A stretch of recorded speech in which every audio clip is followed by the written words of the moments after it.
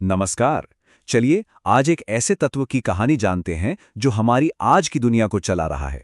सोचिए, एक ऐसी चीज जो जमीन के नीचे चट्टानों और खारे पानी में मिलती है और वहां से निकलकर सीधे हमारी जेब में रखे फोन और सड़कों पर दौड़ती गाड़ियों को पावर देती है।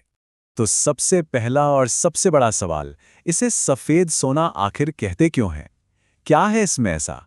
इसका जवाब आप देखेंगे इसकी कीमत में नहीं, बल्कि इसकी अहमियत में छिपा है, जो आज के जमाने में सोने से कम बिल्कुल नहीं है।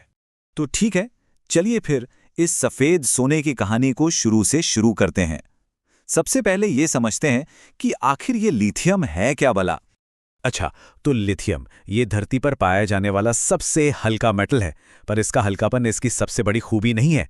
इसकी असली ताकत छुपी है दो चीजों में।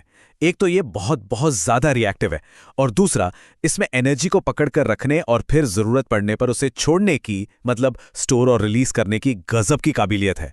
और बस यही वो गुण हैं जो इसे बैटरियों के लिए एकदम परफेक्ट बना देता है।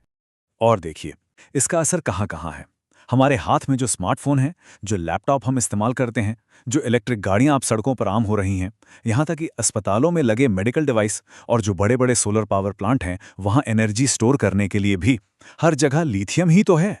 सच कहें तो ये हमारी मॉडर्न टेक्नोलॉजी की दुनिया की बैकबोन, मतलब रीढ़ की हड्डी बन चुका है।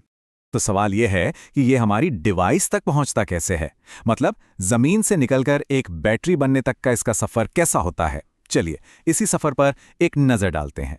यह प्रोसेस वाकई में बहुत दिलचस्प है।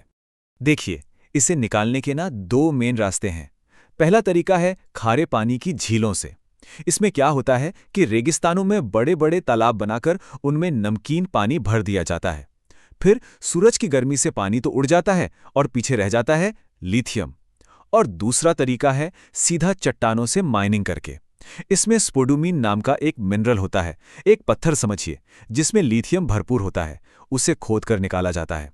मतलब एक तरफ पानी, दूसरी तरफ पत्थर, दोनों तरीके एक दूसरे से बिल्कुल जुदा हैं। जमीन से बाहर आने के बाद ही इसकी असली कहानी शुरू होती है। ये कई पड़ावों से गुजरता है। पहले स्टेप में इसे निकाला जाता है, फिर दूसरे में इसे साफ किया जाता है, मतलब रिफाइनिंग होती है। इसके बाद होती है असली केमिकल प्रोसेसिंग, और आखिर में चौथे स्टेप में जाकर इसे उस खास मटेरियल में बदला जाता है जिससे बैटरी बन सके। सोचिए, एक साधारण से दिखने वाले नमक या पत्थर से एक हाईटेक कंपोनेंट तक का सफर। और इस पूरी मेहनत के बाद जो हमें मिलता है वो होता है हाई प्योरिटी वाला लिथियम कार्बोनेट या लिथियम हाइड्रोक्साइड। ये दिखने में किसी साधारण नमक जैसा ही पाउडर हो सकता है, लेकिन बैटरियों के लिए यही इसका सबसे शुद्ध और जरूरी रूप है। असली खेल यहीं से शुरू होता है। चलिए, मटेरियल तो तैयार हो गया, पर यह बैटरी के अंदर जाकर करता क्या है, ये काम कैसे करता है? आइए अब जरा बैटरी के अंदर झांक कर देखते हैं और इसके पीछे की साइंस को आसान भाषा में समझते हैं। तो देखिए, हर लिथियम आयन बैटरी में दो जरूरी हिस्से होते हैं। पहला है एनोड। इसे आप बैटरी का नेगेटिव सिरा समझ सकते हैं। जब हम बैटरी को चार्ज करते हैं तो सारे लिथियम आयन भागकर यहीं एनोड में आकर जमा हो जाते हैं। समझ लीजिए ये उनका रेस्टिंग स्टेशन है चार्जिंग के दौरान। और दूसरा हिस्सा है कैथोड, यानी कि पॉजिटिव प्लस सिरा। ये वो मंजिल है जहां लिथियम आयंस असल में जाना चाहते हैं। जैसे ही हम अपना फोन या कोई भी डिवाइस इस्तेमाल करना शुरू करते हैं, ये आयंस फौरन कैथोड की तरफ दौड़ लगा देते हैं।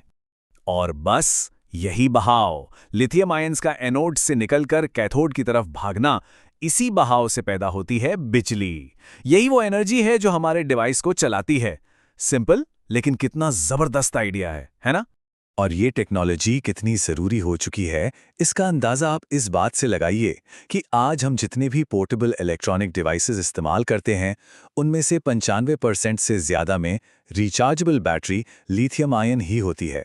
मतलब मार्केट में इसका एक छत्र राज है।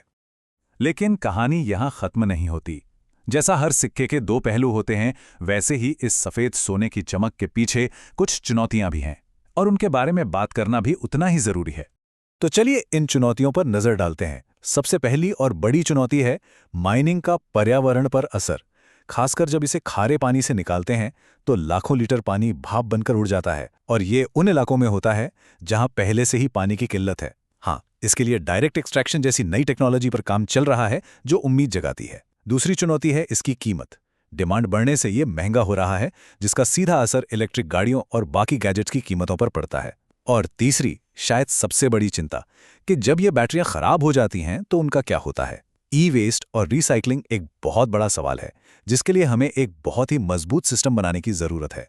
पर इंसान की खोज कभी रुकती नहीं है। दुनिया भर के वैज्ञानिक लगातार बेहतर बैटरी की तलाश में जुटे हैं। वो सॉलिड स्टेट बैटरी जैसी अगली पीढ़ी की टेक्नोलॉजी पर काम कर रहे हैं। उम्मीद है कि ये बैटरियां आज के मुकाबले ज्यादा सेफ, ज्यादा पावरफुल और ज्यादा चलेंगी। मतलब बैटरी टेक्नोलॉजी की कहानी में अभी कई नए चैप्टर आने बाकी हैं। तो आखिर में जब हम ये लाइन पढ़ते हैं कि लिथियम सिर्फ एक धातु नहीं, ये हमारे भविष्य की ऊर्जा है, तो इसका मतलब और भी गहरा हो जाता है। ये छोटा सा दिखने वाला तत्व सच में हमारी दुनिया को एक साफ सुथरी एनर्जी वाले भविष्य की तरफ ले जाने की ताकत रखता है। पर बड़ा सवाल यही है कि इस ताकत के साथ आने वाली जिम्मेदारी को हम सब मिलकर कितनी समझदारी से निभाते हैं।